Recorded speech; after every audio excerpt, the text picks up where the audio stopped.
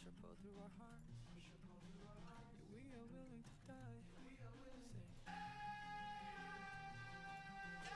cut us down in the dark. Push or pull through our hearts. Yeah, we are willing to die. Say,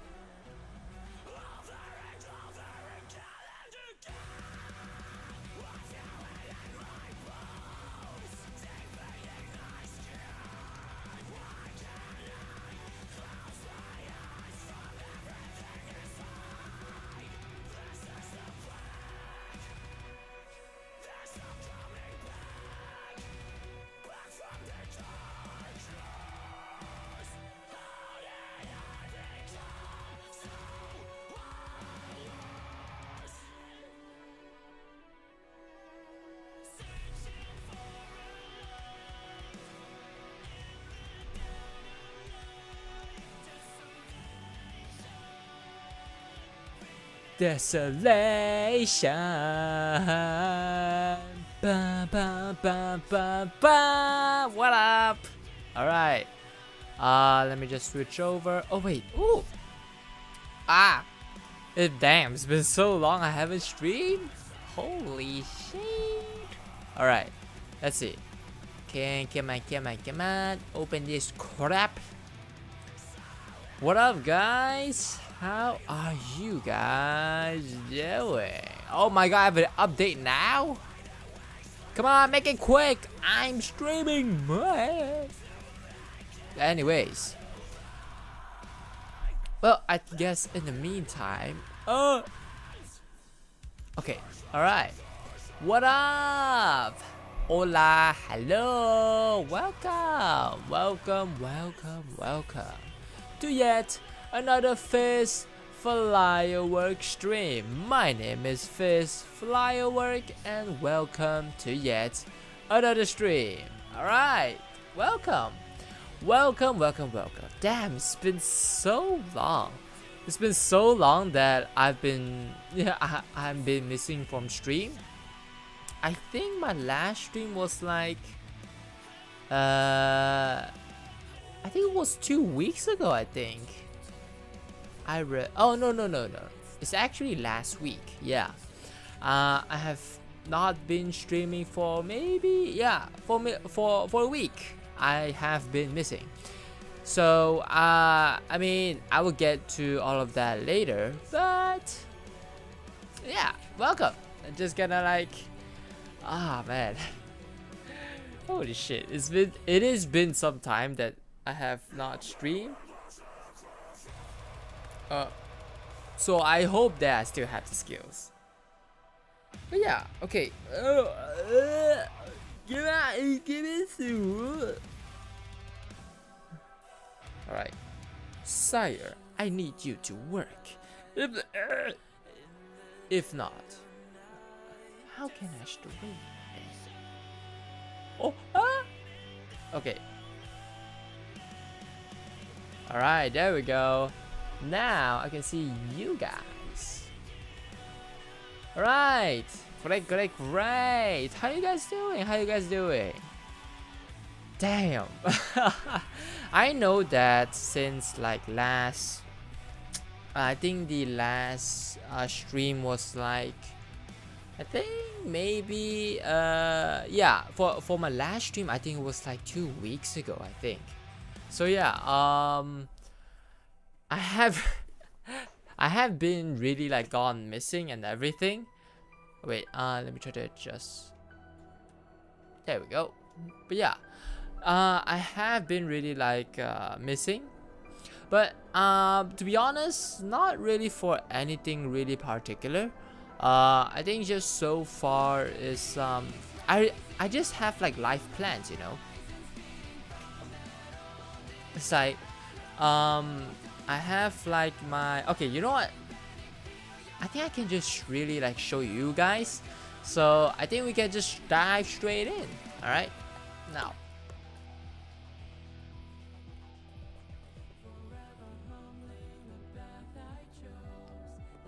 before we do that, remember to hydrate yourself, okay? Alright, now let's take a look here. Alright, is my update done? Alright, let's do a quick install. Alright.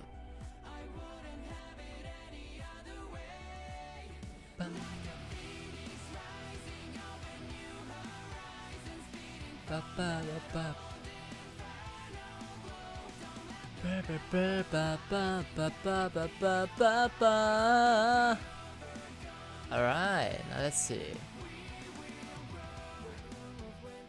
Okay, okay, is this thing on? Alright, now let's see. Voice control, start listening. Alright, and then I think it should work right now. Let me adjust my model here real quick, and let me just go through there real quick.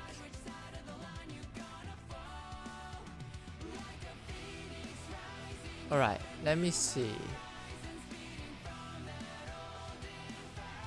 Let's see. Actually, I don't know how long. Okay, I think it's last week. Okay, so it's a Monday. Alright, now let's take a look. Alright. Okay, wait, you know what? Actually, I'll just stay like in here. We're just gonna do like a little bit of chit-chatting, you know? Okay, now let's see. What the hell did... What the... Oh my god, no way! Oh. Alright, now let's see.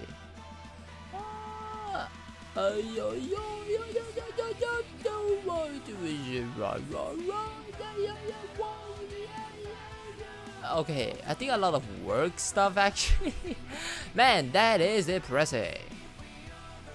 But yeah, let's see. Excuse me. Alright, now let's see. Last Friday. Ah, okay. You know what? I think we just like dive straight into it. So, I think like in terms of last week, I sort of like I mean, I really don't know how best to describe this, but I don't know. It's just like life's plan, you could say. So last week, I just have a lot of things going around, you know, with work and with and just sometimes that when my family members come back home, and yeah, all of those combinations, I just like it keeps interfering with my streaming schedule. So I was like, oh man, like I think last week I was going to stream, but I think I was like like I remember like I think it was Wednesday or some other day, is that okay, you know what, I'll cancel stream because one of my brothers is back, if I'm not wrong. And the next day I could not make it again because I was at work and I would need to stay back. And with all of that combination, and then for Friday, which is an event that I have attended, I was like, you know what, I have like canceled everything. I really have like an inconsistent like time for last week. It was like all over the place, and I think to myself like, bro, like what the fuck, man? It's like, and then I just tell myself that, you know what, I think it would be better to just cancel the stream for the entire week, because I don't want to like give, I guess, just a sense of like, oh, I'm all over the place. So yeah, I guess that is why I canceled like last week's stream, and for good reasons, what I think. And yeah, on Friday, yeah, that is the event that I was talking about. I have attended my graduation, and I don't mean VTuber wise, it means my actual IRL graduation, where I go to my university. So that day, it was to summarize it all, to be fair, it is quite fun. It is quite fun. Yo, what up, Code? Damn, welcome back. What degree? It was a business degree where I sort of specialize in the field of finance. So yeah, like last week I attended like a convocation for basically like an official ceremony. So yeah, but now welcome back, Code. How you been doing? I know I have been like missing for like the last week, so I mean that is one of the reasons, is that I have attended my convocation, and also just a lot of like life stuff going on, and I was like, you know what, I'll just cancel stream for now. Do I have Discord? Yeah, I do. Why do you ask that?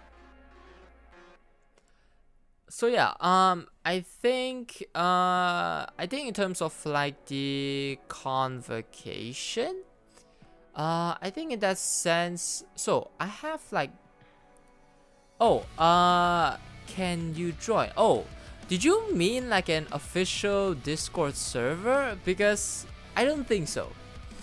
I mean, what I'm talking about is like my personal Discord. But I don't have like a, you know, like a specific channel for anyone to join. Because I don't, yeah. I know that a lot of like maybe just content creators or like a lot of VTubers, they have their own Discord, but I wanna like keep my, because I know that when I have that Discord, I would not have time to really care, not like care, but to manage it all. To be fair, for real, I had uni myself. Oh really? Have you already graduated, Code? Good to know. Interesting. So yeah, I think speaking back is that for my graduation, like overall, that entire experience is like, it's really fun. Like I love it.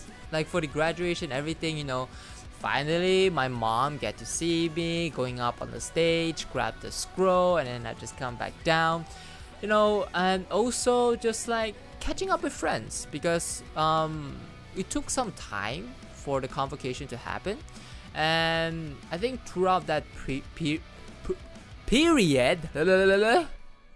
throughout the period, I was like, yeah, we sort of like went our own ways, and then we came back. So it's sort of like a reunion where I just like met up with some of my uni friends, and we just like, well, we just head over there and just chit chat, catch up with each other, and of course after the ceremony we get a lot of pictures, and it was a fun time. Overall, it is a fun time.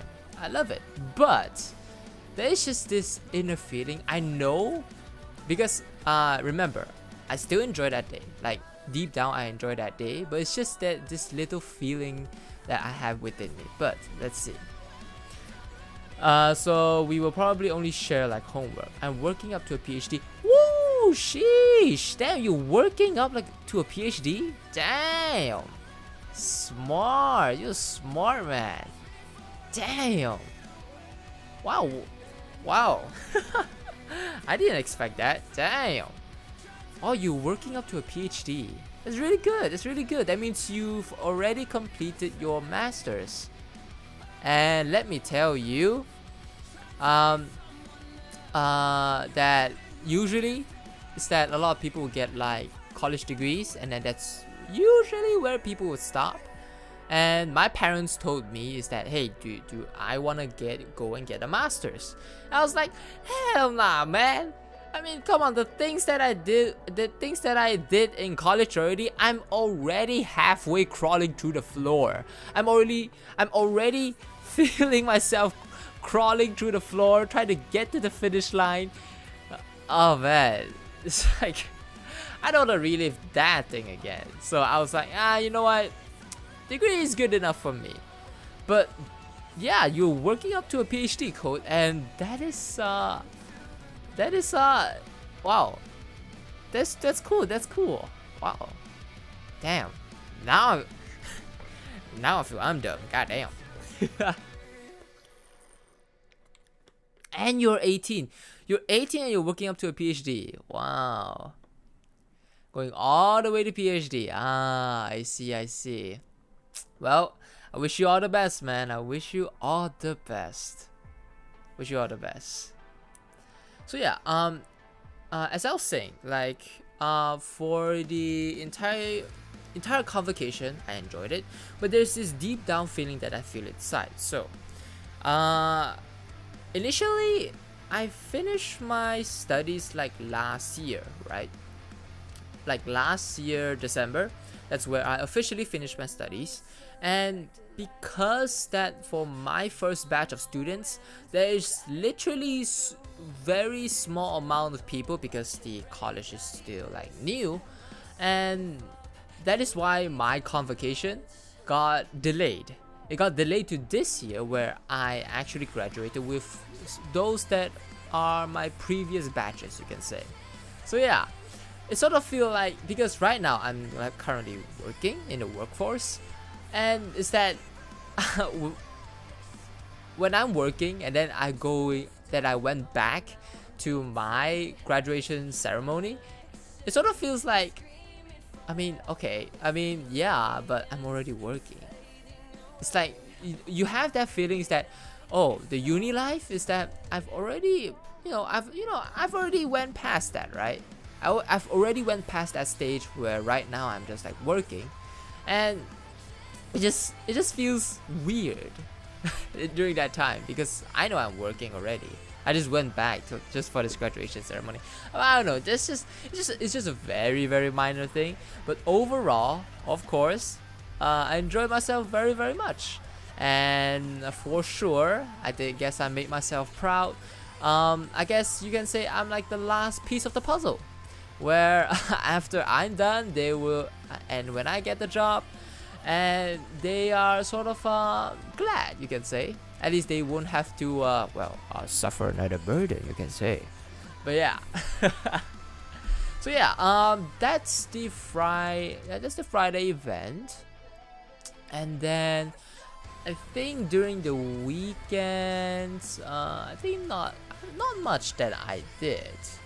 And then on Sunday, really not much. I remember I did something. Oh, wait. Actually, no.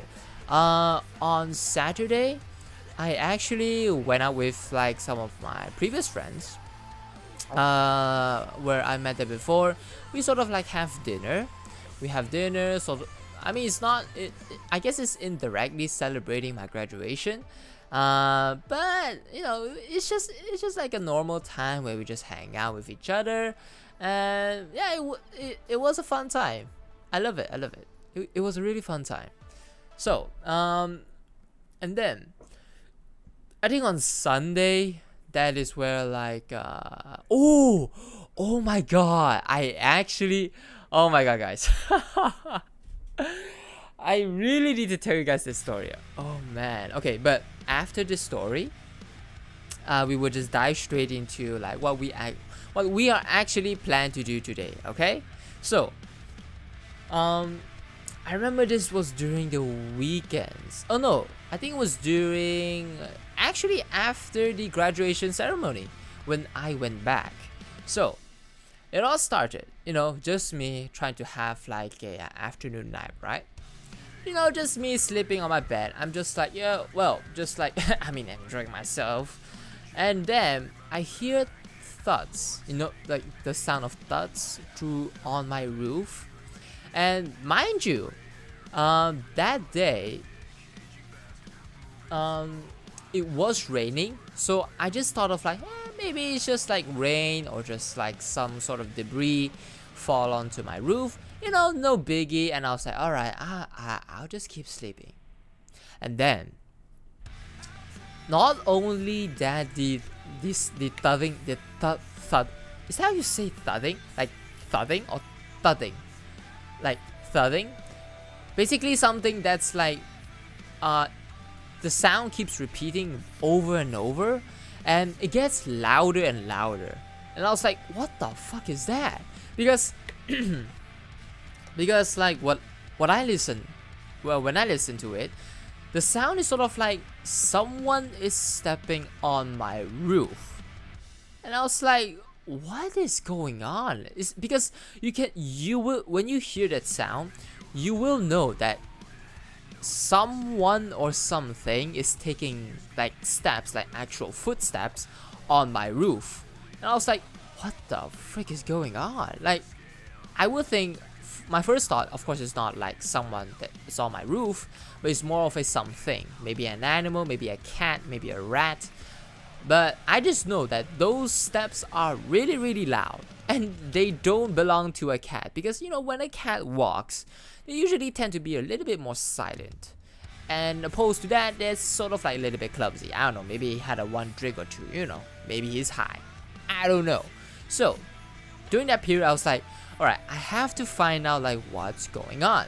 So I went down, I find my mom. I was like, hey, mom, I think I heard something on the roof. Can you come out and check? And when she arrives up onto the upper floor, she also heard that sound.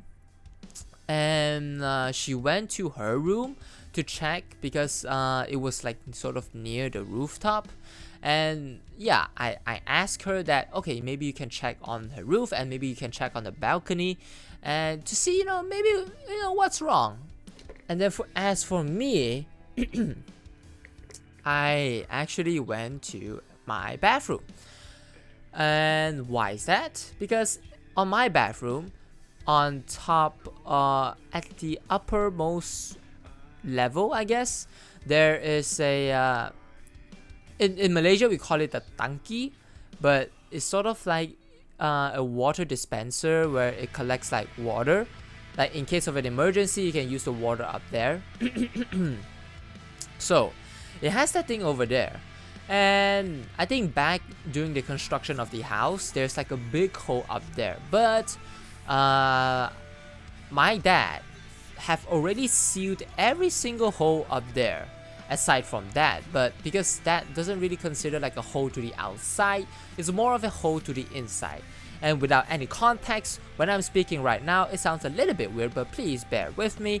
Is that yeah, that I was like, since that thing, there is something up there, maybe potentially I can perhaps check on the bathroom as well. And I was like, okay, my mom was checking the balcony, I was at the bathroom door, waiting. I was like keeping,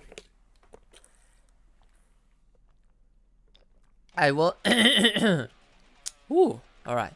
But yeah, I was like keeping in check. Like, I was like, my eyes are really focused up top.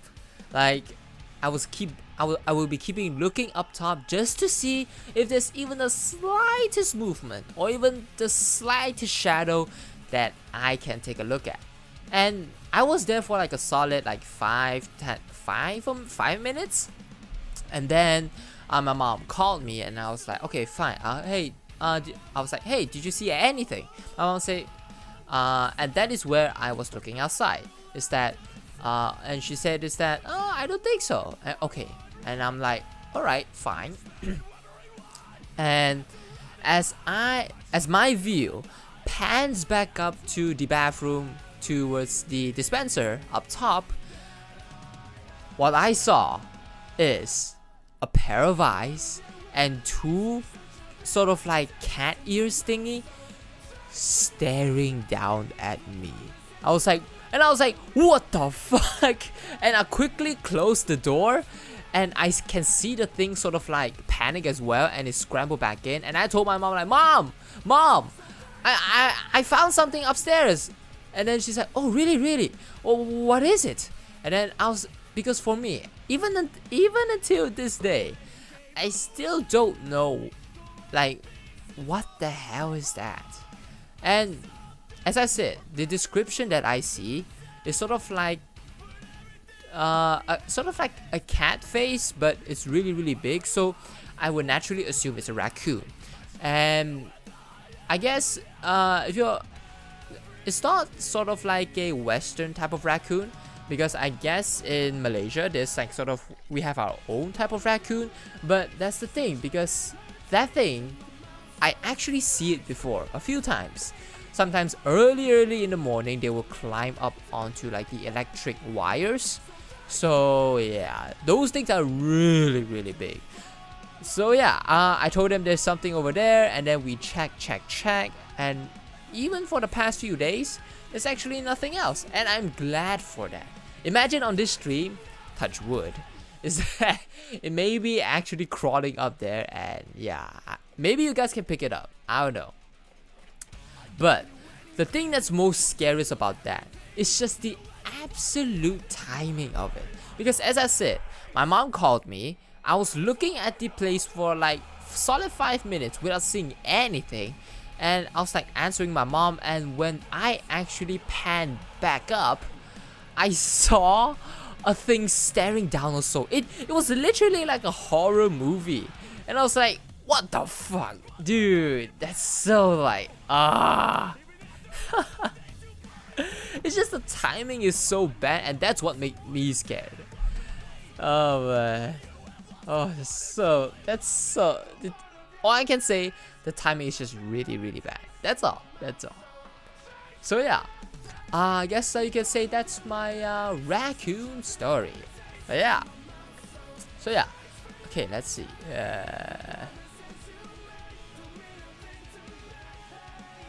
Okay, alright. So, enough of all of that story. Right now, I guess we would just jump straight into it, okay? So, let me just adjust my model right here. Going back down. And then, get ready for the magic. On the web. And then huzzah, I should be on the web. I know, I am so great. Oh, actually there is an update that's going on, and during the weekends I'm kind of excited about that. So maybe on the weekends, if I get like the materials, and maybe potentially I'll get some photos as well, and I can show you what I am going to build, and that would be interesting. So yeah, and there you go. Right now, you know the title of the stream: unusual tech and inventions throughout time.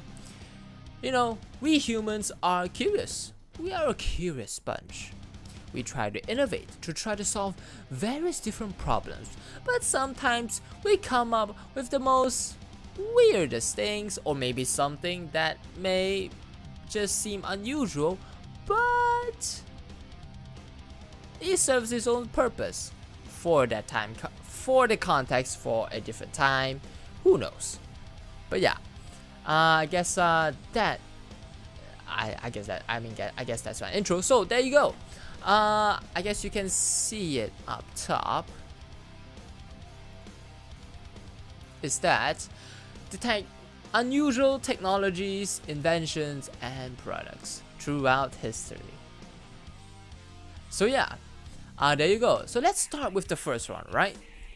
A 300-page iPhone build. So I don't know about. Oh wait. I actually heard of this. Oh, it was so long ago. Yeah, it was a viral video once. Okay, so let's go through this together. A 300-page iPhone build. A 300-page iPhone build from AT&T Mobility is sort of like an internet company in America, was the subject of a viral video made by YouTube personality Justin Azaric, best known as iJustin. Damn, I actually remember I heard of the name iJustin before, which became an internet meme in August 2007.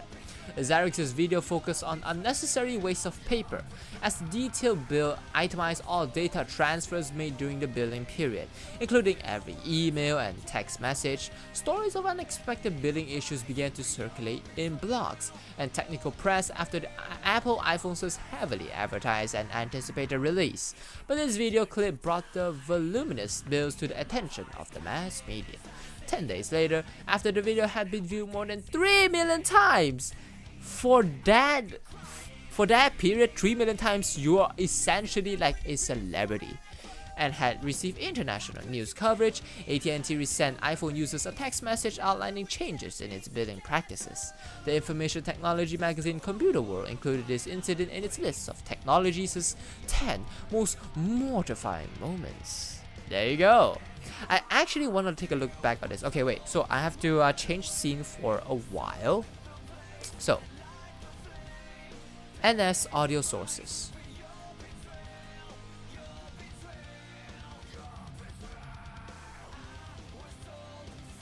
Alright, let's see. I'm just gonna like adjust some stuff real quick.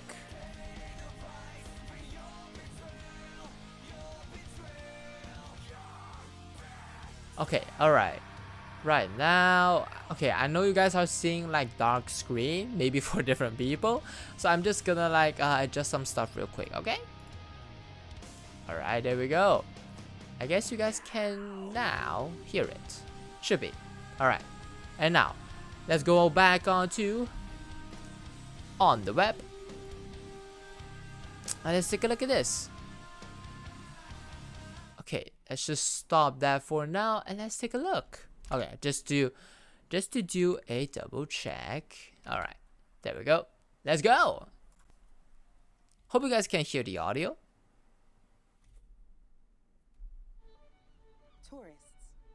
Tourists that turn into scientists. All right. have an iPhone, and I had to switch to. Oh damn! Whoa, the iPhone was so small. Oh my god.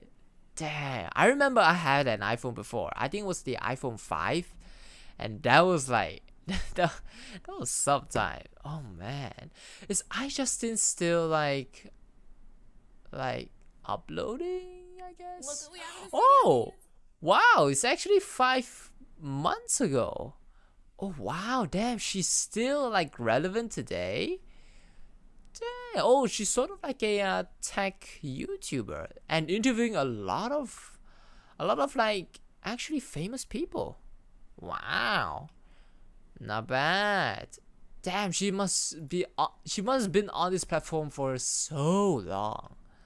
All right, but anyways, let's see. I have an iPhone, and I had to switch to AT&T. Okay, that's wonderful. Well, I got my first AT&T bill right here in a box. That looks thick, and that looks suspicious. That looks suspiciously thick. Let's see what's inside here. Look at that! Jesus Christ! It's like a freaking assignment paper. It brings me back to the good old days, for God's sake. Jesus Christ! What the hell is going on? Oh no. Oh. Oh. Oh my god, the music makes it even better. Oh my god, it keeps going.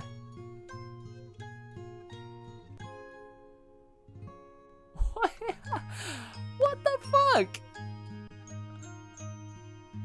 Jesus Christ.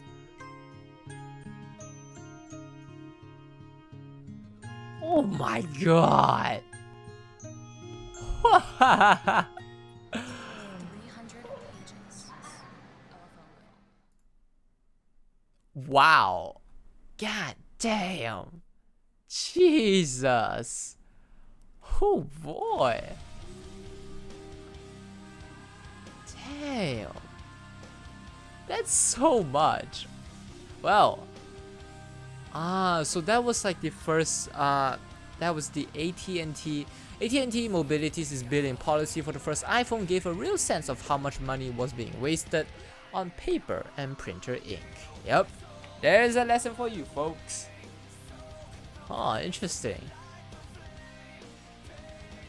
Okay, so let's see on this. An anti-Kythera mechanism. An analog computer built in ancient Greece. No way. No way. Whoa.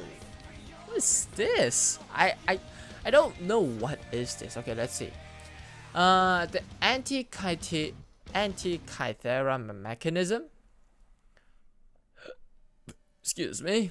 Is an ancient Greek hand-powered orrery model of the solar system described as the oldest known example of an analog computer. Interesting. Used to predict astronomical positions and eclipses decades in advance. Back in the day? How? It could also be used to track the 4-year cycle of athletic games, which was similar to an Olympiad, the cycle of the ancient Olympic Games. Huh. But how does it work though?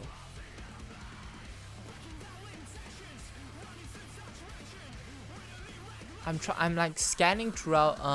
Okay, let's see. Well, what does it do though? Like, I'm trying to actually take a look at this. Okay, we have the origin.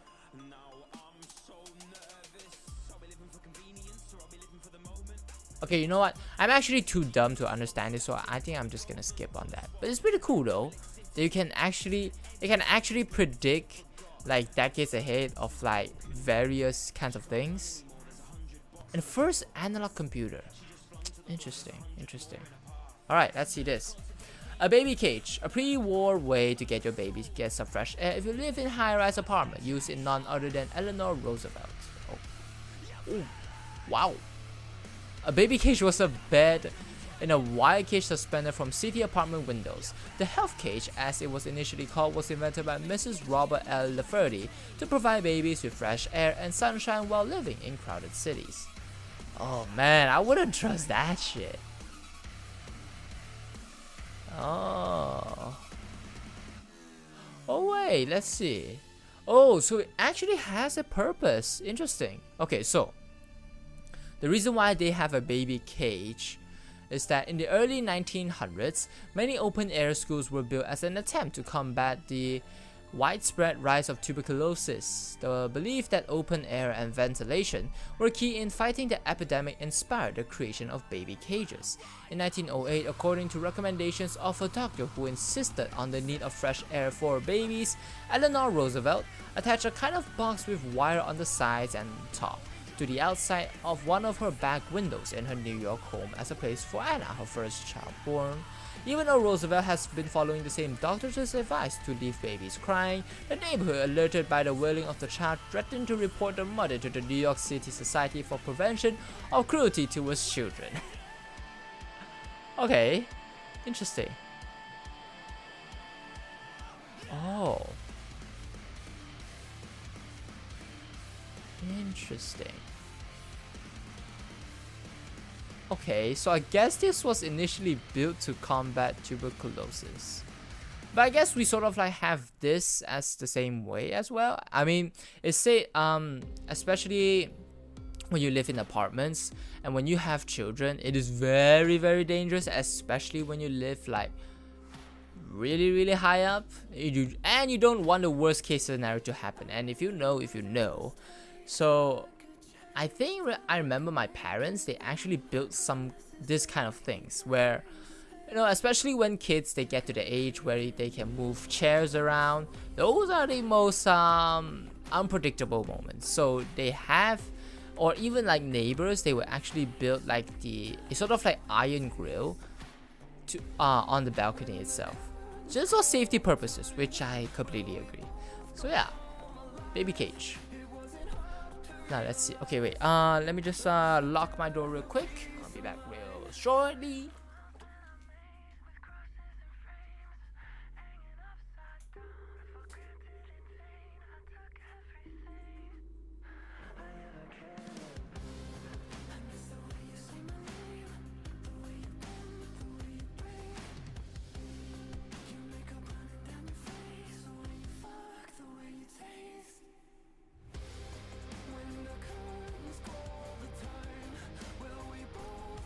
Alright, your boy is back. Alright, now let's see.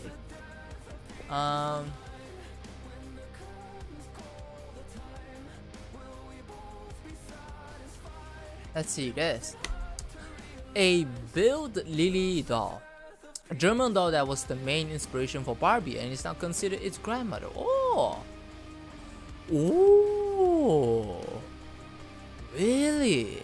So this one is actually the godmother of all Barbies?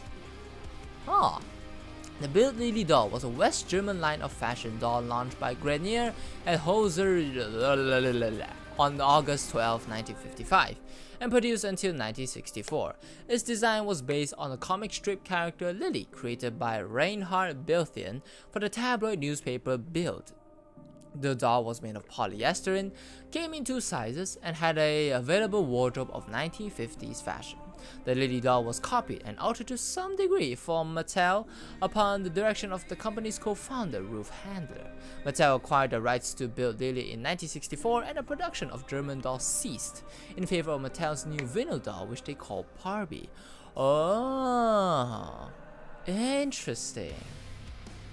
Wow, so this was really so you can say that the Build Lily doll walked so Barbie can run, if you put that analogy aside. What I mean is, that Build Lily is sort of like the prototype zero of Barbie, the pioneer, the single cell organism, the thing that actually crawled out and evolved, the thing that is, wait, let me try to construct what I want to say. The thing that is like, I think a few 100 million years ago that decides to crawl out of the water and evolve as humans. Yeah, that thing. That is Build Lily. But let's actually, I'm actually quite interested, and let's see what's more of a history of her history. Okay. Lily was a German cartoon character created by Reinhard Bilthin for the German tabloid Bild.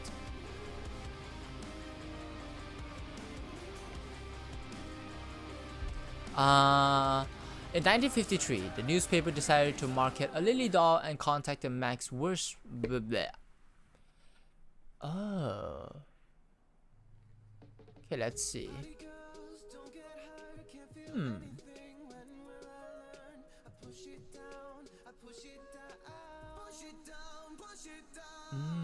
Okay. Oh, would we actually able to see Build Lily doll? Like perhaps in a museum? I wonder if they actually have a copy. Ah.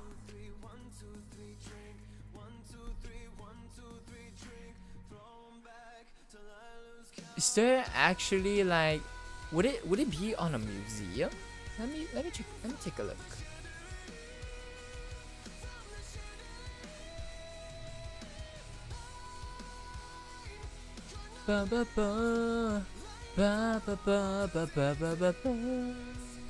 Ah, there we go. Ah, so it's in a Amsterdam museum. There we go. Ah, are we able to see like where it's in a case? Like, imagine someone actually owned this bag in Germany and they want to sell it right now. Oh, there you go. Ooh. Oh, so this was like the, wow, interesting. So to summarize it all, Build Lily doll, it was you can say, yeah, as I said a lot of times, it is like the pioneer for like Barbie, and Mattel, I think it is the toy company, looks at that and they decide to buy the rights to the doll and initially sort of like have their own tweak, and that is where Barbie came in. I mean, you can see like the resemblance, it's really there with like the eyelashes, I mean the way it dresses itself, how the model like looks, how the doll looks. But yeah, interesting. Oh, I didn't know that. Cool.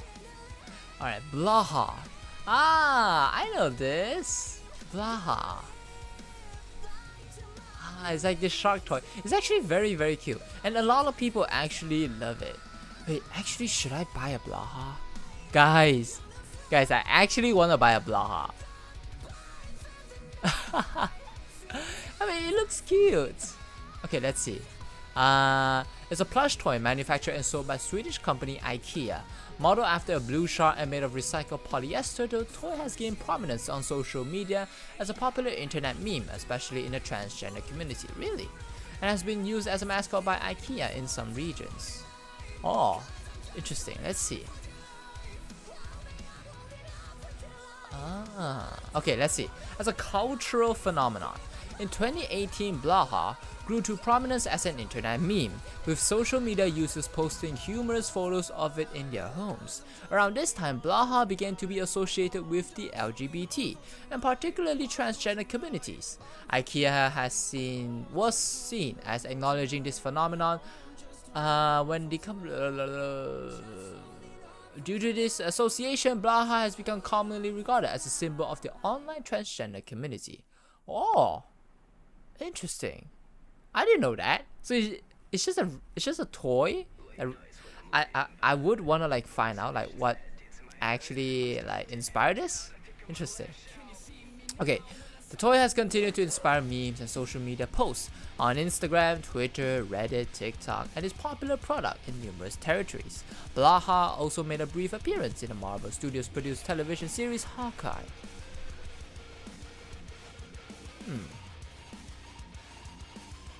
Interesting.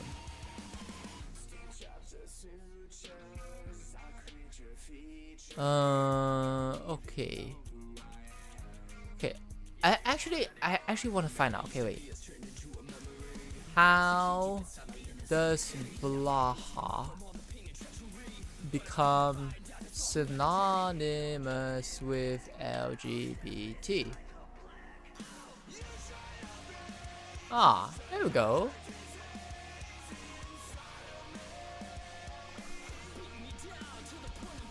Okay, why is Blaha so popular among LGBT? I love Blaha and I'm also gay, but it seems super popular amongst LGBT, especially trans girls. And from what I've seen, I'm honestly just curious as to why. As a long-term Blaha owner, I've had it for over 7 years. I would like to know this as well. Ah.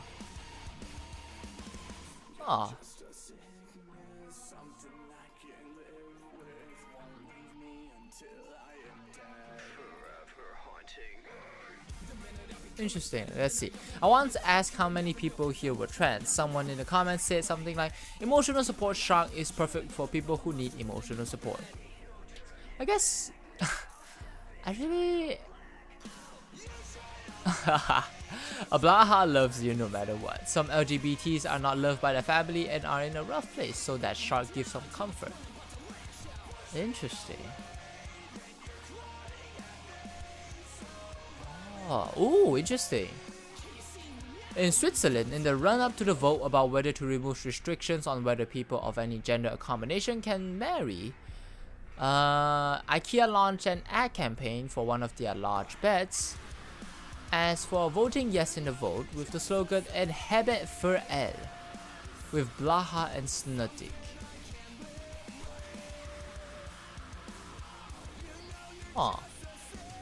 I think it's just really like a meme. There's not really much. It's like there's nothing else to like explain. Interesting. Okay, let's see.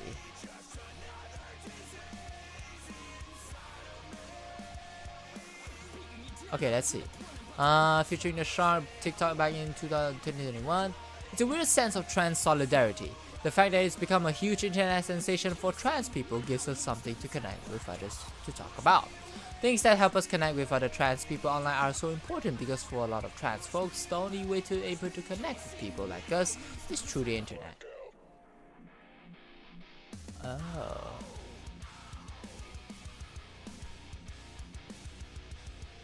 How do they know that Blaha is actually like a trans? I still don't understand.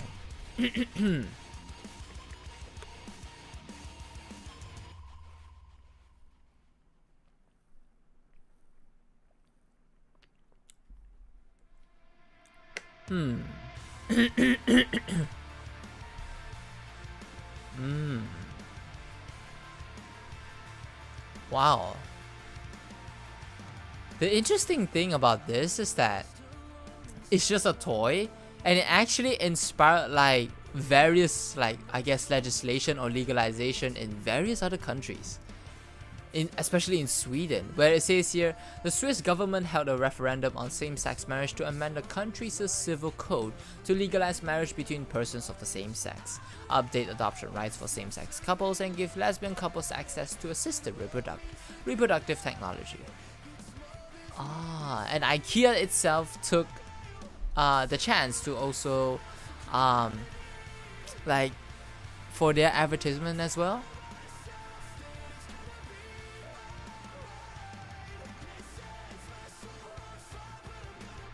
Interesting. Well, even until now, I don't know like the origin. I guess it's sort of like for every meme. I mean, for some memes where it's like it gone so far out that you just don't know that where or how does it come from. So yeah, interesting. Okay, so Breakout. How the simple 1976 Atari video game started by Steve Jobs and finished by Steve Wozniak helped spur the creation of Apple II. Whoa. Oh, Breakout. I remember this. Oh boy. This is actually... I remember this. This is like a classic game. Oh, interesting. Okay, now let's see. Carna Diggeridoo, or digesting duck, an automaton built to simulate a duck eating, digesting, and excreting. What? What? Wait, what? What did I just hear? The Carna Diggeridoo, or digesting duck, was an automaton in the form of a duck. Okay. Created by Jacques de Vaucanson and unveiled on 30 May 1764 in France, the mechanical duck appeared to have the ability to eat kernels of grain and to metabolize and defecate them. While the duck did not actually have the ability to do this, the food was collected in one inner container and pre-stored feces were produced from a... Pre-stored feces? You mean people actually load that thing with feces? Ew! What the fuck? Ew! And the pre-stored feces were produced from a second, so that no actual digestion took place. Vaucanson hoped that a truly digesting automaton could one day be designed. But why?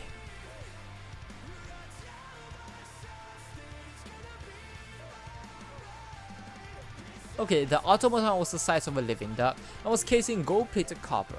As well as quacking and muddling water with its bills, it appeared capable of drinking water and of taking food from its operator's hand. Huh. I don't know what's the point of like this digesting duck? Like, is there like a purpose to it other than to just educate people that, I don't know, ducks eat and poop? Oh my god, that's the first time I heard that.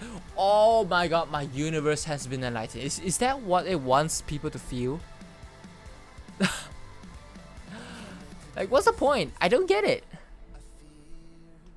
Maybe I'll just don't get it. Maybe that's the best part. Okay, let's see.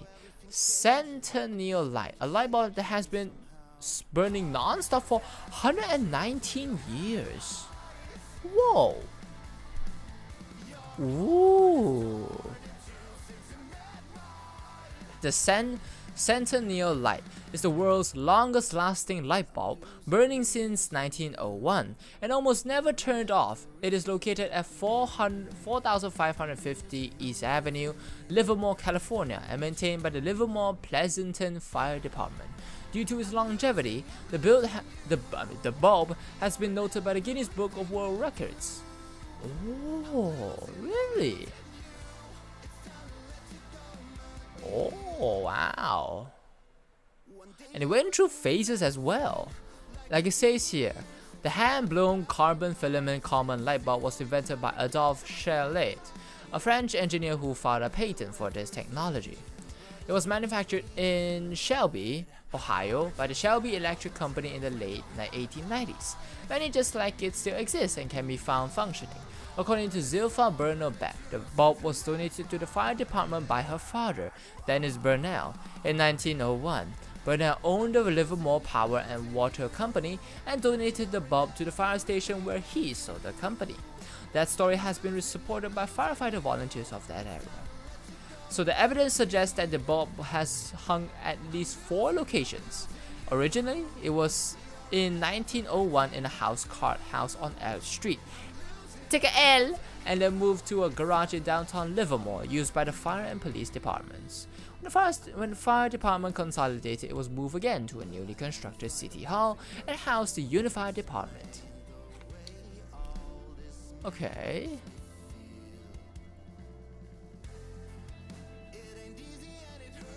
Huh.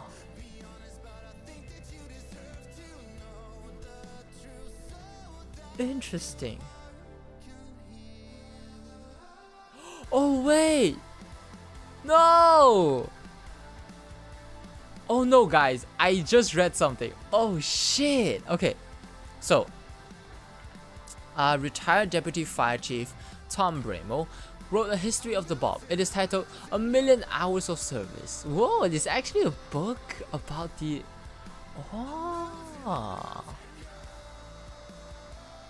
A Million Hours of Service light bulb.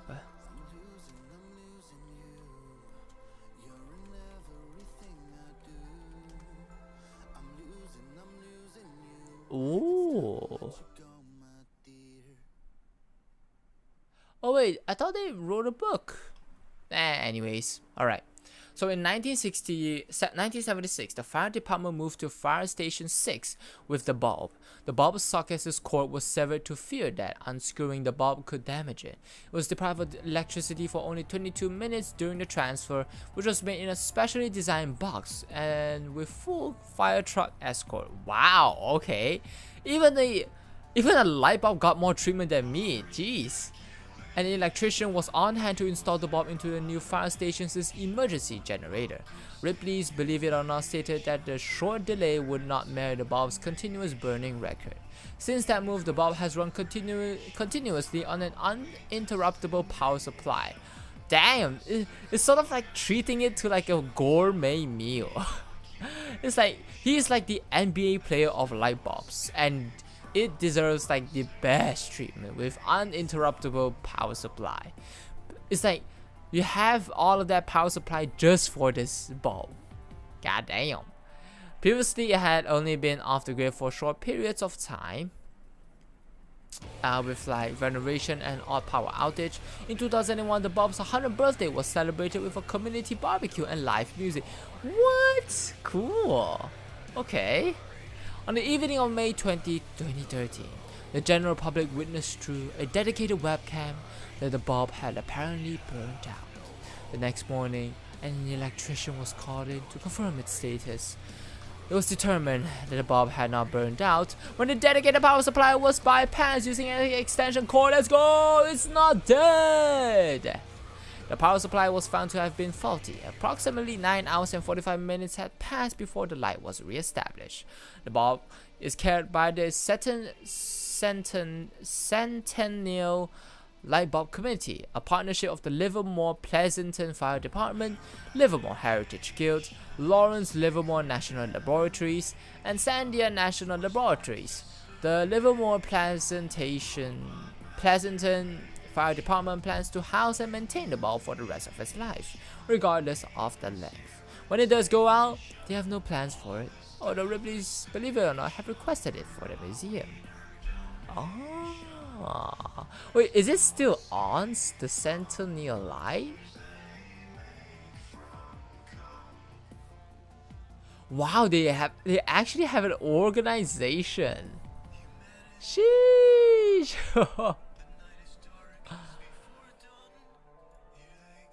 Okay, let's see this.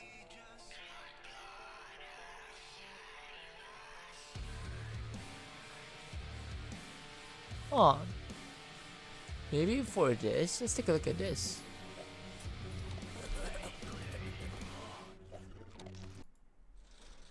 Behind the garage doors of the Livermore Fire Station, there's a highly visited and highly revered tourist attraction. People from all around the world come here. Inside the visitor's book, you'll find tourists from Germany, Japan, Canada, and they all came to see this.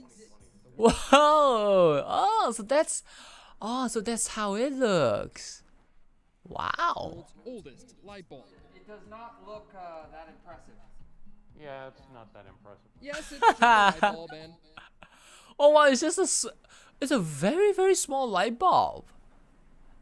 Wow. yes, it's not much to look at, but to retired Deputy Fire Chief Tom Bramell, this bulb represents 120 years of firefighter history. This thing Wow. is relentlessly on duty 24/7 all that time. Although we don't know the exact day, historical records show that the bulb was installed in 1901, so fire crews could find hoses and ladders in the dark. It was purchased by water Ooh. company owner Dennis Bernal and manufactured by the Shelby Electric Company. in Ah, Ohio. yep. Manufacturer's no longer there. The buildings are no longer there. We know that the bulb was probably assembled by a team of women, but what's inside the long-lasting bulb is a bit of a mystery.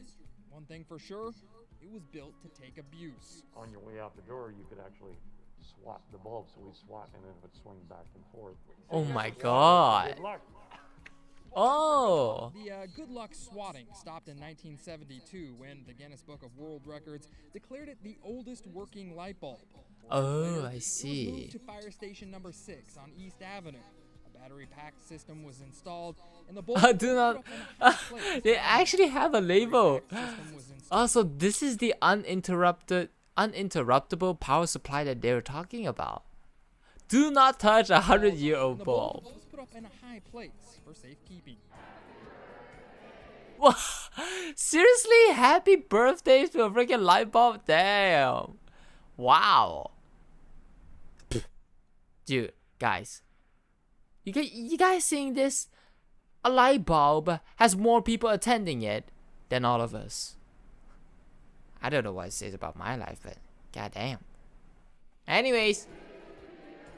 The Livermore light bulb became the Centennial light bulb in 2001. Centennial. It burned 1 million hours. It didn't get a formal birthday in 2021 because of the pandemic, but you can still watch it glow on the light bulb's web camera 24 hours a day. This light bulb just Is doesn't it broadcasted actually? Can I take a look? Ah, never stop. mind. No question. Firefighters do their job 24/7. Some may say this Aw. is just an old light bulb, but to the city of Livermore and to its firefighters, the bulb is a beacon of light and a good light Wow. to first responders. This means a lot to me in the sense that, you know, I served under this bulb in its longevity and its work ethic, and I can appreciate that. From the Centennial Light Bulb Damn. in Livermore, I'm John Bartell. Hope to see you on the back road. Wow. Interesting. Wow. Okay, cool. Oh. Interesting. Wow. It is not unusual at all. It's something. Wow. It's interesting that how time evolves where people just look at this, it's like, well, it is like the light at the is the thing that provides light at your darkest moments, you can say. Wow. Damn, is it still open though? Is it still like operated? Damn, that's cool. Oldest light bulb, folks. Wow. Okay, now let's see. Oh, it's 增道具. Okay. The practice of inventing solutions to everyday problems that just makes the problem worse. Huh? What? 增道具. 道具. Oh, 道具. Okay, 增道具. It's a okay. What is this? Is this just like a analogy?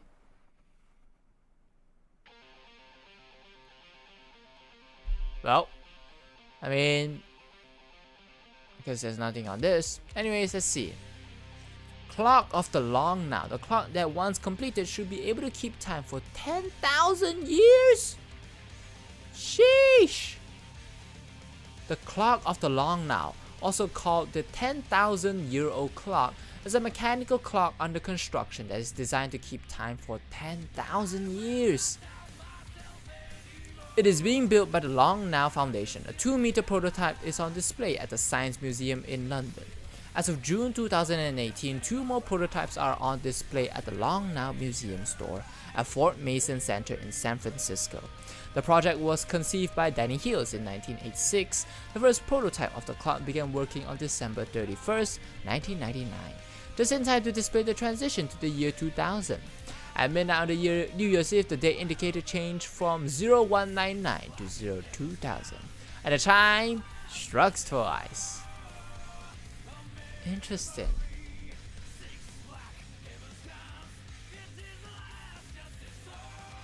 Huh.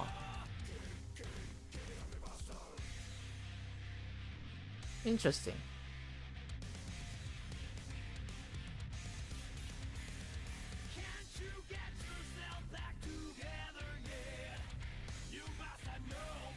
Ooh, interesting. I want to build a clock that ticks once a year.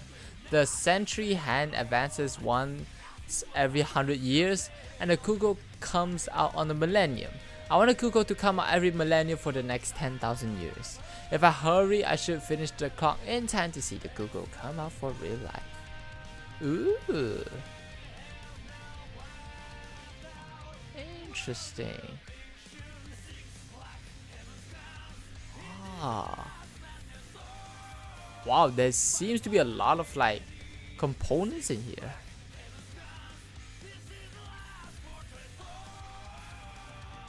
Oh, interesting. Clock of the long now. I'll include that in.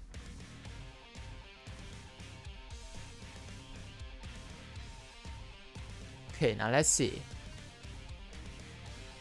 Ooh, oh yeah, I want to check out Clocky. Hey, I want this, you know.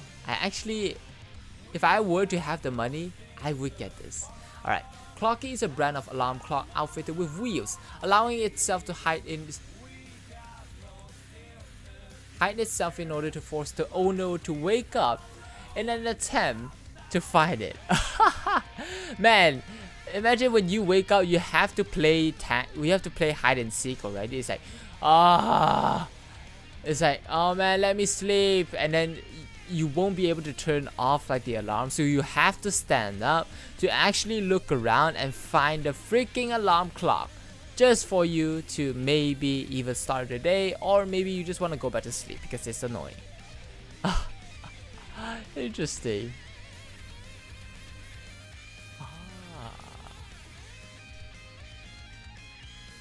Alright. Okay, Clocky.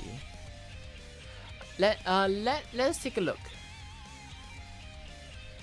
Clocky.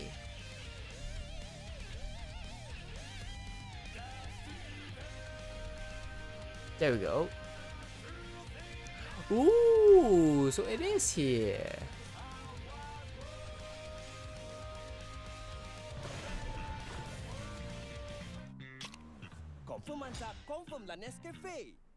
Panasonic Zaino. Alright, just gonna skip the ads real quick, boys. Okay, let's see this. Hey all, here at OS Reviews, you're watching our hands-on review of the Nanda Clocky. This is the original alarm clock with wheels, so that it runs off when the alarm sounds, making it impossible for you to just hit the snooze key and then fall back asleep. You have to actually get up and search for it, run after it to turn the alarm off manually. So this is a concept that came out actually a few years back, but it's sold very well, and it continues to be sold today on Amazon, and we decided to take a closer look at it as a very unique tech gadget slash alarm clock for those who have trouble waking up in the morning. This is the classic chrome version, which sells for $45, and there's also plastic version. Hey, that's cheap! Okay, if you convert to Malaysia, it's actually quite expensive, but in America, that should be cheap! To operate, and it also features a chime or a sound that's inspired by R2D2. It's also quite durable, at least the claim is, in that it can fall off from nightstands up to 3 feet and continue rolling around without any problems. Taking a closer look at the design of the Clocky, again we have a very reflective surface. This chrome one is made out of aluminum shell, so it has the best build out of the collection that Nanda sells, and it features an LCD display which shows you the time information. It also tells you the AM and PM status, along with whether the alarm is turned on and whether the runaway feature is on. So this is the cycle key. If you tap on this, it turns on the feature for it to actually move, and I can also turn this off as well if you don't want it to actually move and just use it as a regular alarm clock, although that kind of defeats the purpose of the product. So as far as size comparison is concerned, here it is next to the AppBot Riley, which is this home security system on wheels. Ooh, wow. In terms of overall footprint and size, dude, I like Clocky more. I mean, if it's like the thing only has like one eye, it's like, ew, what are you, a cyclops? but it still have like two eyes, like clocky. I will get that. Tapping the snooze key once also turns the backlight on, which is actually very visible in the dark. And what the keys correspond to is basically A means alarm, and you can tap on this once to set up the alarm. So right now it's set at 9:39, for instance, and the H and M is basically setting up the hour and the minutes. So they correlate directly to those functions. Really? I thought it was just branding. The H for a few times to make the hour hand move, and the M to make the minutes hand move. Finally, all right, let's see this. Wow, this would be interesting. Be adjusted, and I can tap on it once more to finalize it, or wait a few seconds for it to stop flashing. The back is where the speaker is located, and indeed it gets very loud, and it will definitely wake you up in the morning. Dude, I actually want this. This would be so good. Even though when I wake up, I'm gonna be like hectic as fuck, but it is interesting. Soft touch rubber that prevents it from getting damaged when it drops from a nightstand. It absorbs the shock and continues moving in random directions, as we'll show you in a demo in a second.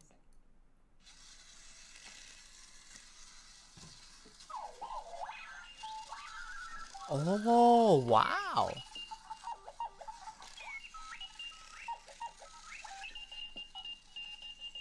Oh, okay, maybe the AI itself is not that good, but I think during that time it was really, really good. How long was this? 5 years ago. All it's going to do is actually temporarily snooze it, and will continue ringing and rolling around after a minute or 2 minutes, depending on what you set up the snooze duration to be. Ooh.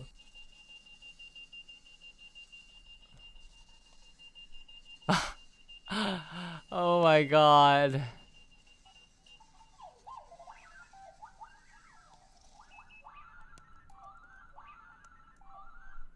Finally, when the display is flashing like it is now, when we see a battery status icon halfway mark, that means the battery is starting to run a little bit low, and that you can prepare to swap out the batteries. On average, though, you'll only need to recharge or replace the batteries about once every 3 to 4 months. Okay, so there you go, clocky. Wow. All right, so okay, now let's see. Okay, you know what? I think for now we'll stop here for now. Okay, just for now, because I would like to go to the bathroom and to just like, well,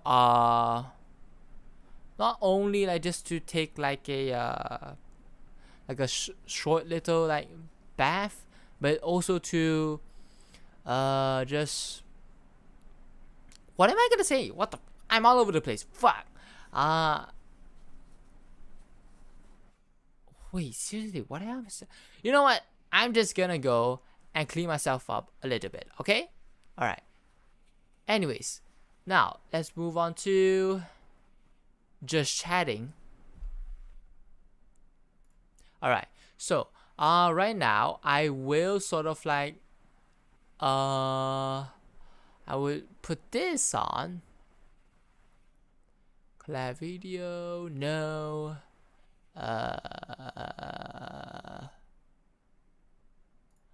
There we go. Okay, 5 minutes break. Okay, I'm just gonna go brush my teeth and I'll be back. All right, I'll see you then.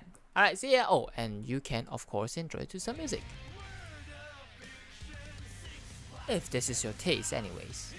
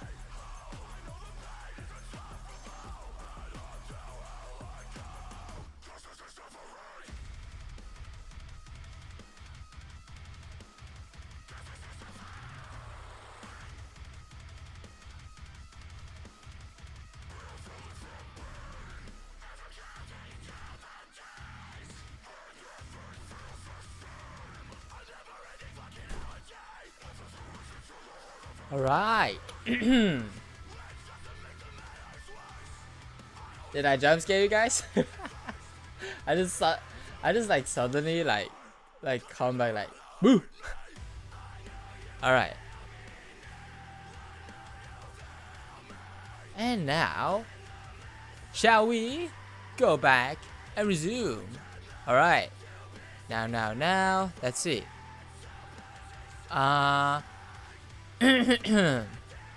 Okay, on the web.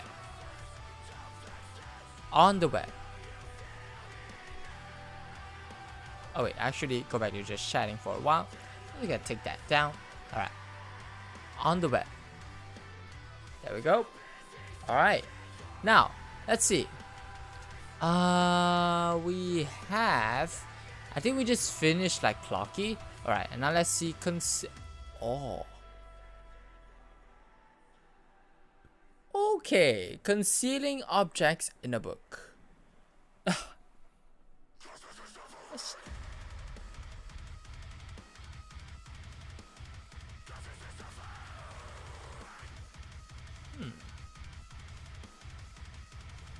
I think this is sort of like a concept that people just figure out. So I don't think it's really much of it really like a big invention.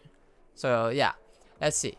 On to digital sundial. What is this? Ooh, oh, this is interesting. Wow. A digital sundial is a clock that indicates the current time with numerals formed by the sunlight striking. Like a classic sundial, the device contains no moving parts. It uses no electricity or other manufactured sources of energy. The digital display changes as the sun advances in its daily course. Ooh. So there are two ways. One is using the optical waveguides, while the other is inspired by fractal geometry. Oh, wow.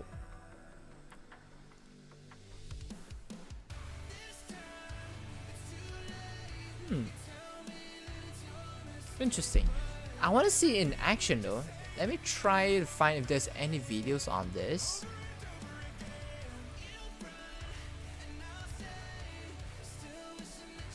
Come back someday. Anything that you say to me won't break. Over and over again. Oh, there you go. The world's first digital sundial. Ah. Ooh, interesting. Okay, let's take a look at this.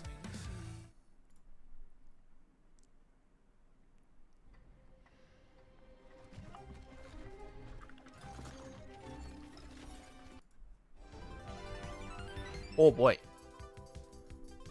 How does it work though? Ooh. 28 hours to make that? God damn. Oh, a digital sundial. Ooh. Oh wow. Whoa, that's cool. Oh, whoa. Damn, that's cool. Whoa. Digital sundial. Damn, that's cool though. Wow. So, wow. So it really just stays still in that position. And it just follows like, I mean, it's not follow. Like, it doesn't follow, but like the sun just moves itself. And I guess through like the holes in there, it sort of casts like a shadow and just indicates that, oh, roughly it is what time. Wow, cool. Okay, okay. Alright, now let's see. A dream machine. A device made with light bulb and a record turntable that reportedly induces lucid dreaming. Really, huh? A dream machine.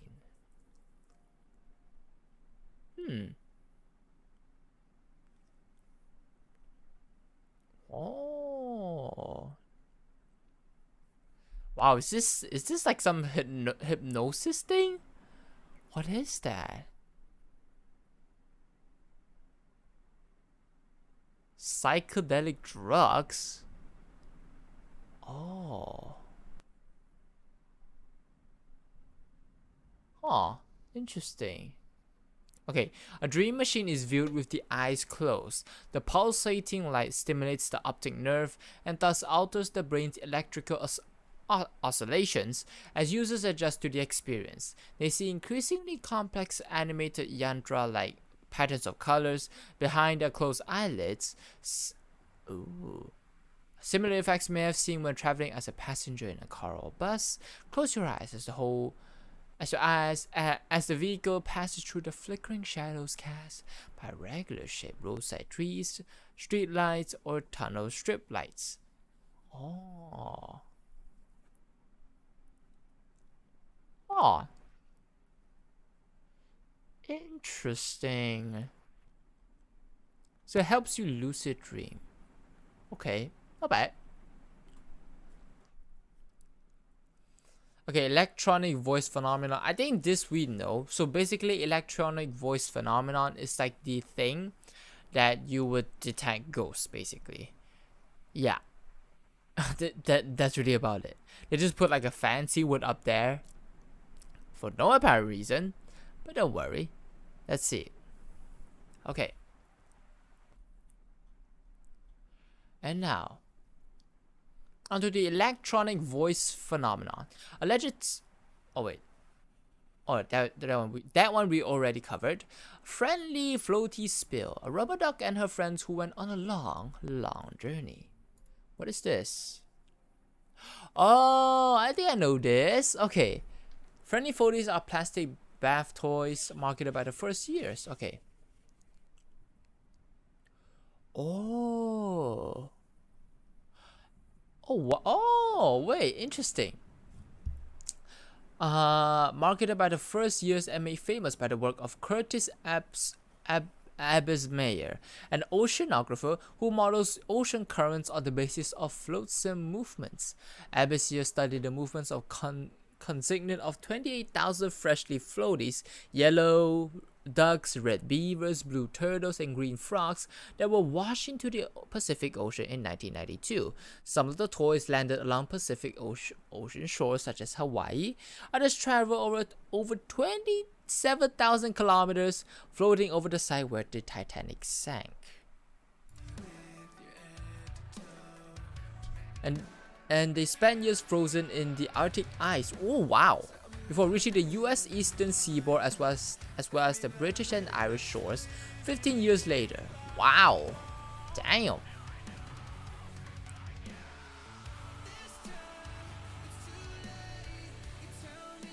Oh, wow! Interesting. Friendly floaty spill. Okay, now let's see. This is a gun-powered mousetrap. Oh, I think I've seen this before. I think this is like the thumbnail for like my YouTube stream. So, in 1888, a United States patent was granted for a mousetrap incorporating a handgun, by which animals which burrow in the ground can be destroyed. The patent application suggests that the device might also be used to kill any person or thing opening a door or a window. Aww. James A. Williams of Fredonia, Mason County, Texas, describes a frame with a pistol or revolver secured to it, and a spring and levers and rod which will activate the gun's trigger when an animal steps in on a threadle in front of the muzzle, killing the animal. Williams said that the invention could also be used to kill any person or thing opening a door or window to which it is attached. Compared to the other similar inventions that were used as burglar alarms, he stated in his patent application that another feature of the design was that the gunshot would act as an alarm. When the trap's gun was fired, the gunshot noise would notify the user that the trap has been triggered. Oh, interesting. Oh, okay. Well, I mean, in this case, dude, this picture is like the... Oh. But damn, that is cruel though. Alright, interesting. Now let's see. onto Hitler teapot. Some people thought the JC Penney teapot resembled the famous dictator. Okay, what? Seriously? It was just that? Oh, come on. It's literally just like the place where you pour the water out. Then what else do you want it to do? Do you want it to just put it at the bottom and then you want it to flow out that way? I mean, what else? Oh. Okay, interesting. Hitler teapot. Alright, now to Marvin Hayemair. Well, it's always a bad idea to put the guy next door out of business if he has a 10-ton armor plated. Oh, I know this. Oh, I think we all know this. Yeah, no wonder Marvin Hayemair is actually a little bit... I heard that name before. Oh. Oh yeah, this... Okay, so as it says here, it is... I think it sort of relates with like a property thing where I think where it's like a developer, they bought a land, but Marvin Hayemair, he doesn't want to sell the land. And so, you know, with like real estate developers, they would try to either give them money or they do anything else for them to get rid, to sort of like move to another location. So I think eventually they did. So I think with that hatred, Marvin Hayemair built like, I don't know how big of a I don't know, it's sort of like a bobcat. You know, the bobcat is like a brand for like those kind of machine that digs the ground soil. An excavator, is it? Yeah. So they would need. I think he stole like the excavator and actually armored up his car. I can actually take a look back.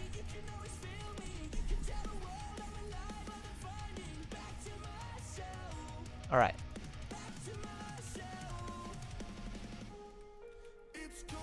Yeah, the killdozer. Damn. Okay. Maybe we can go for images. It would be much better.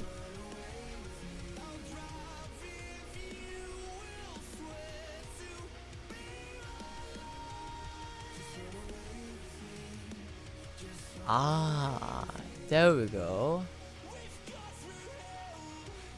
Yeah, this is the thing that it built. It's freaking crazy. It's freaking crazy. You know, they have like all of these steel all protected. Like, I think even Marvin Hayemair himself is that when he enters this vehicle, he knows that there is no other way out. Because it would be a hassle to like actually pick that thing up and go to a bathroom. So when he goes on a rampage with these things, he doesn't hold back. That's all I can say. And you don't want to deal with someone that could not hold back. They were like sort of like forced to, I guess, forced to act when there's like no other option.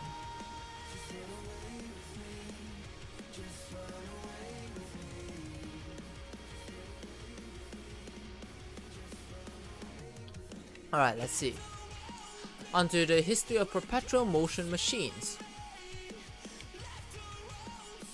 Okay, wait, let me just check on my audio. Okay, there we go. Alright, now let's see. Concept has eluded and baffled the greatest minds for thousands of years and will continue to elude anyone who tries to build one. Oh, perpetual motion machines. What is that? Is that like the study of physics thing? Anyways, let's see. A Hitachi magic wand. Its manufacturers continue to claim that it's just a massager for health purposes. And well, you know, not the world's best known sex toy. What? Hitachi, come on. Do you have like a not safe for work designer up on your team and you just don't want to admit it? Come on. Wow. It's an AC powered wand vibrator. It was originally manufactured for relieving tension and relaxing muscle soreness. However, it is most known for its use as a sex toy. Japanese company Hitachi listed the device for business in United States. Okay. Yeah, as it says here, Hitachi asserts that its sole intended use is for healthcare purposes. Hitachi's national sales manager said that we approach the massagers as personal care items. The people we hire know what it's for without our having to say it. Hitachi had a conflict with its US distributor in 2000 and briefly stopped selling the device. Okay. Oh.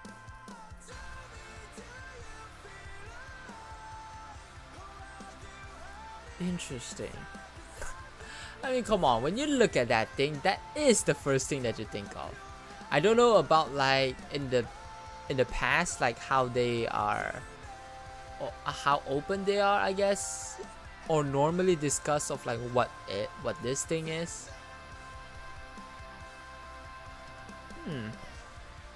Interesting. Debut as a massager. What is this, like a VTuber lore replacement or some shit? What is this? Anyways, I'll move on to the next one first, alright? Clutch Dope Sphere. Spheres with 3 parallel grooves dated to 3 billion years ago. Evidence of ancient life, ancient intelligent life, and unusual natural phenomena. Who knows? Interesting, what is this? Okay, so these are like spherical disc shape that have been collected by miners and rock hounds from 3 billion year old pyrophyllite deposits mined at Wonderstone Ltd. Oh. But what is it? What's so special about it?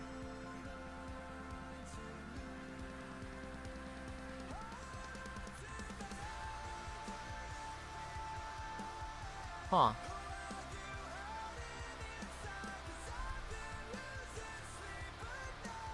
Not gonna lie, I don't know what that is, but it just seems cool. Alright, now let's see. Onto Zvagnio Libera. What is that? Lego wait, what? Did I just hear? Zbigniew Libera is a Polish artist born in Pamięć, Poland. Libera's artworks are considered to fall under the styles of pop and critical art, and have been frequently used his works to comment on political and social issues. The father of critical art. Libera is best known for his controversial 1996 artwork named Lego Concentration Camp, depicting a Nazi concentration camp made out of Lego bricks. The artwork attached much controversy, including a Lego group threatening legal action. Wow! Oh, interesting.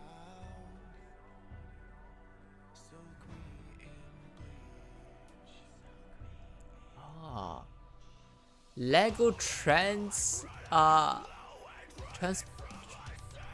concentration camp. What is going on? Damn, when are the kids' lore is this deep? I don't think so, right? Okay. Now let's see. I think for the list of inventors that are killed by their own invention, I did see it, so I think we just skip ahead. Magna here. You have to read between the lights to see the time. Interesting.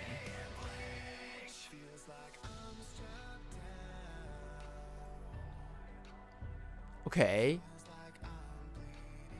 It's the first public clock on the world. Interesting.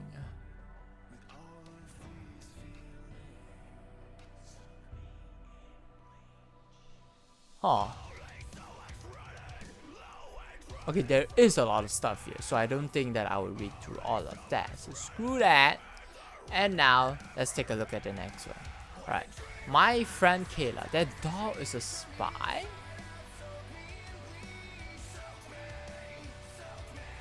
Huh.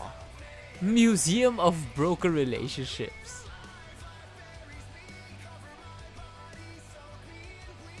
Huh.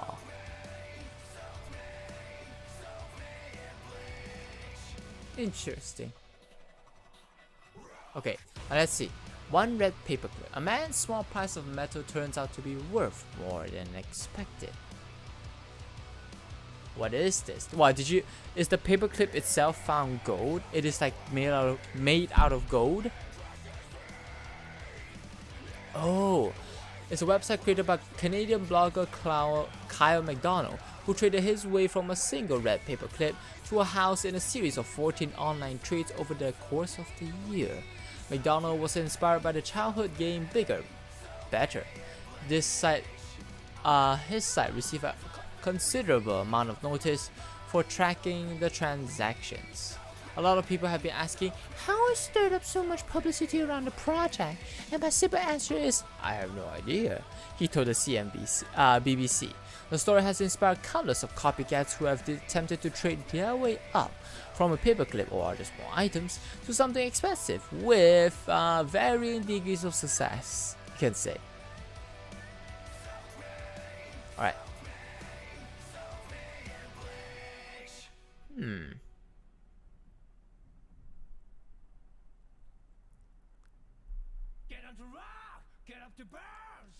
Okay, alright. Now let's see. Let's move on to the next one. Parking chair. Using household objects to reserve parking spaces. Dude, that is just such a douchey thing to do.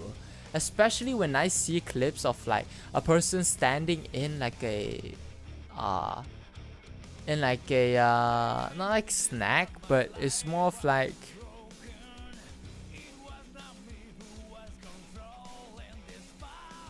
okay, never mind. So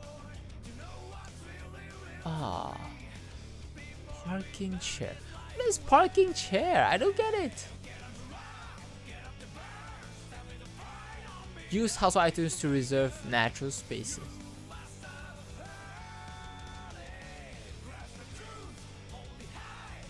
Okay, where is it?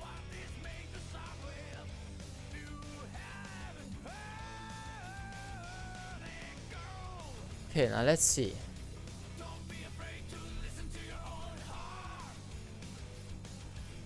Alright, pigeon photography. Okay, so I think, oh, sorry, there's a mosquito. Okay, so for pigeon photography, this one. I think for this, I'm not sure if other people will feel like this, but it's like, I guess this is one of the things that have happened in the past where people will actually use like cameras for the pigeon to carry around. So yeah, I think for that, I think one of the creators will have to come, but other than that, I don't think so. Alright, let's see.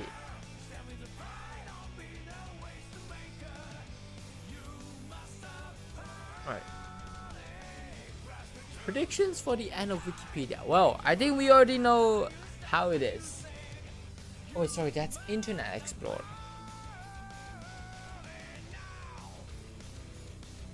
Okay, now let's see. Project CyberSyn. Chilean robo-socialism control character invented by a Brit with a gigantic beard. Project CyberSyn.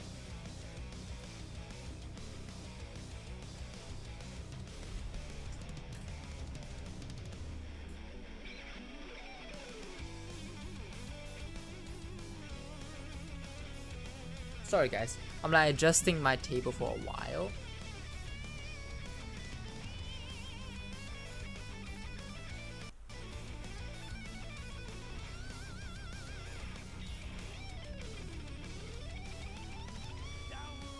Alright, doing like a mic check. Can you guys hear me? Alright, maybe I gotta move it up a little bit. Alright, I think this would be, it's so much better. Okay, now, let's see. I think we're up to a last few as well, so I guess today we can actually finish it. Nice. Alright. A pie, okay, wait. Alright, wait. Let's see. I don't know what is that. Okay, you know, I'm just gonna skip ahead. Now let's see. A Pythagorean cup. When the cup is filled beyond a certain point, it will empty itself. What? Ooh. Wow. What is this? It's a practical joke device in form of a drinking cup, credited to Pythagoras of Samos. Well, you guys know what else happened to him. He basically, if I remember, he was being chased by a few thugs, and then and he had a choice to run through the field, so at least they can, what's the word? Damn, what the fuck am I supposed to say? This keeps happening. Alright. You know what? Maybe forget it. Maybe we'll like click back. Oh, Pythagorean cup. Interesting. It is an interesting concept because when you pour to a certain period, like the water just flows out like just like that, like boop. Oh, interesting. Okay, Quartz Crisis. Not a comic book store art, but the upheaval in watchmaking caused by introduction of quartz watches. Is this like a movie? Oh. Seiko, Citizen, and Casio.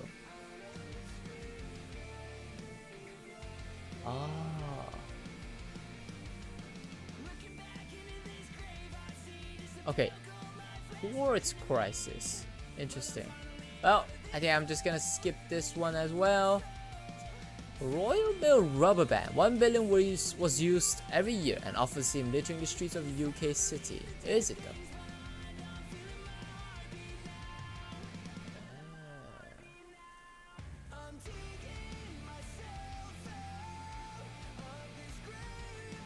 Yeah, let's see.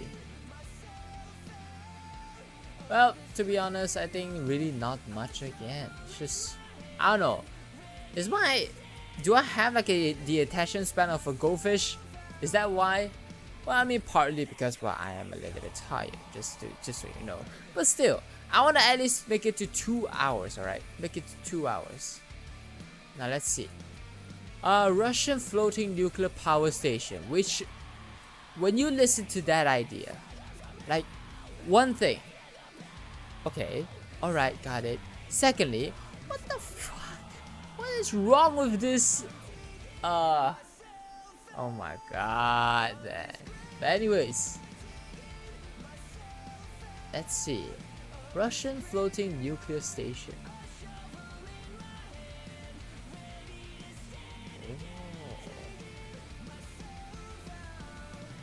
They are self-contained low-capacity floating energy power plants. Ooh. Interesting.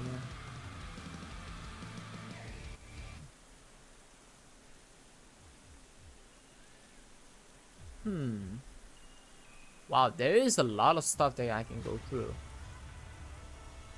Oh, really interesting. Because I guess this sort of like, it will help me, I guess, to get used to sometimes some like interesting stuff that happened in the in my streaming career. So yeah, it would be good. I'll add him to the bookmarks. Let's see. Sony uses a particularly aggressive form of planned obsolescence. Continue to this day.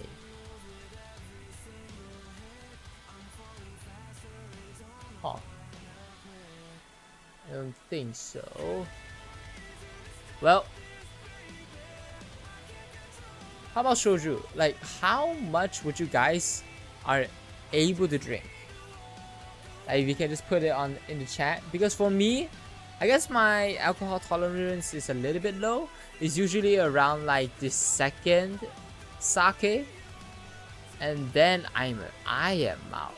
I'm like, I mean, I still that at that time I still drink, but my friends have to carry my big ass to the bathroom because so that I can vomit. Yeah. Oh man, remembering those times, it's so cool. All right, now let's see. Right, we have brush here. Wait, where was my? Ah, there we go. Alright, now let's see. Splat. What is that? Oh. Well, I don't think this is useless. This is actually very convenient. Like, especially in my household, is that whenever we go to buffets, they would order everything on the menu so that next time people wouldn't actually be able to buy it. They will have to buy from us, which we will cost like a I guess how do I put this? Yeah, the face that you just did, Nitara. Yeah. So yeah, Splat. Yeah, it's a good. I don't agree it's unusual, but it is good. Right, now let's see. Tempest Tempest Prognosticator. Oh, military by frightened enemy. Let's see this.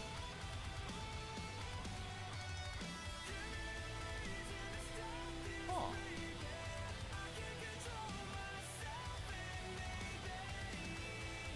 Interesting.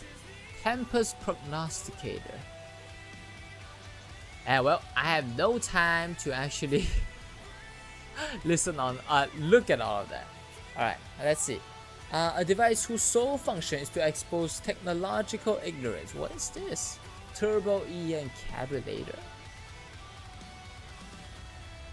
I can. I can hear you.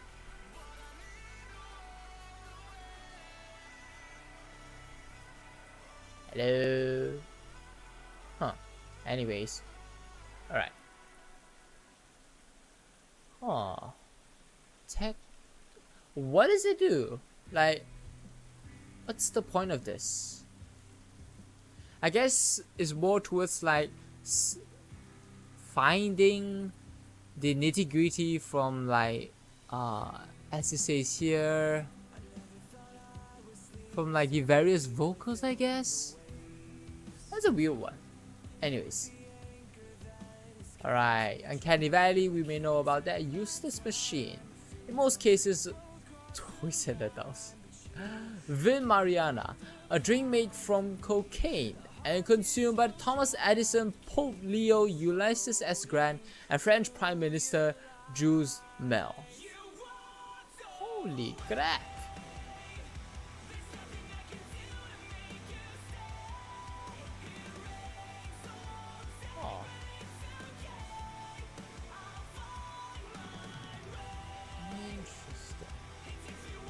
Useless machine. Oh come on, the gift that I gave to Aruri, for sure. If maybe not. Let's say if he doesn't get it, maybe someone else did, and who knows?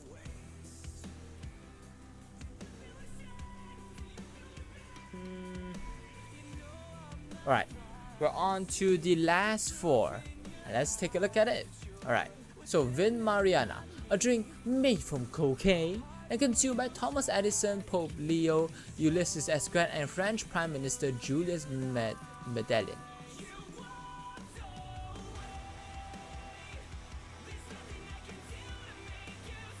Yeah, there we go. I don't know what the hell that he did in the like the behind the scenes of like a camera. Would he still be the same person? I think so.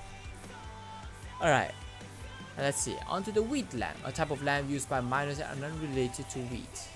Okay, what is it about? Oh. Wheat lamp.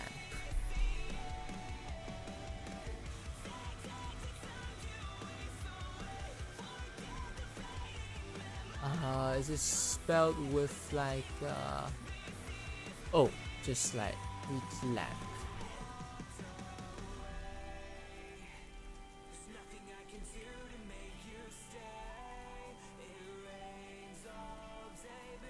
Okay, let's take a look back.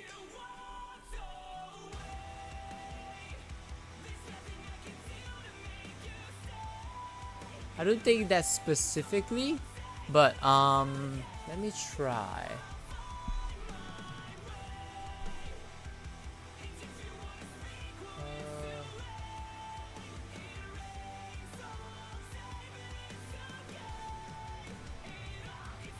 Okay, I think for this, okay, let's try to find our artist from the search box. Thomas Edison.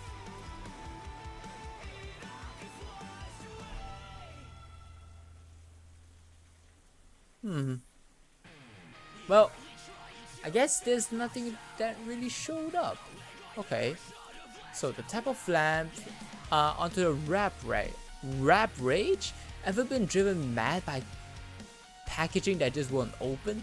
Oh, so that's how it came about. A rap rage. I feel that as well. Sometimes where they just like shut like the entry box so fucking tight that you would fear that you would lose it, because well, there's no refund policy in Shopee, but it's like when you buy it, it's done. If it's broken, it's broken. When it's done, it's done. So yeah, interesting. Okay, now on to the last one. 相信者, a Chinese robot according to Japanese that will save his country from corporate capitalism with its crotch cannon. What?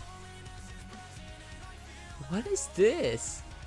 先行者 is a first bipedal humanoid robot in China, created in 2000. That's really long ago. Oh.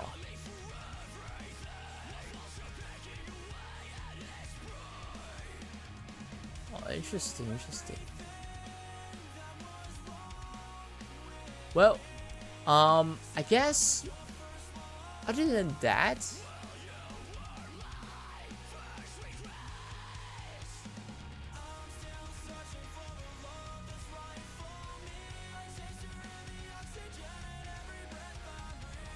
okay, but yeah, I think other than that, it should be about it. Yeah, I think we have just finished everything, boys. Yep, there you go. Alright, well, that is about it. And right on to the 2-hour mark as well. Alright, now let's just let us get ourselves and let's go back to just chatting. Alright, there we go. Nice. So, yeah, I guess that's really all of it for So yeah, I guess that is all for today. To be honest, I didn't really expect like so many, not like other than just tech. Is that they have tech over there, but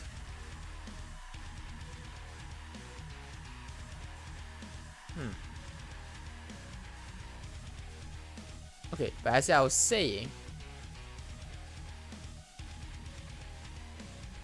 is that for today, I didn't really expect there's so much like other things other than like, oh, there's actually more on this.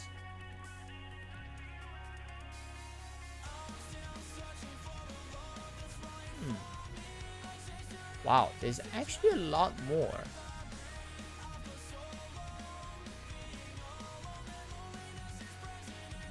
Oh, I see.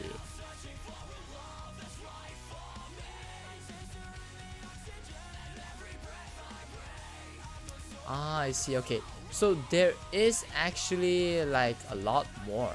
So we have just finished one part, which is the technology, inventions, and product section. So yeah, I guess that's really all for it for today. Yeah, I didn't really like expect this, like other than like actual products.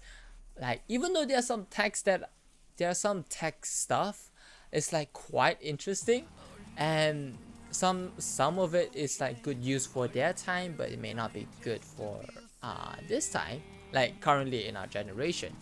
But hey, it's pretty cool. So yeah, I guess that is all for today then. I think maybe for this stream, for where we explore more of like unusual tech, maybe we can do one again for like next week. So yeah, who knows? I will like arrange more on that, but I'm just gonna let you guys know that that is all for today.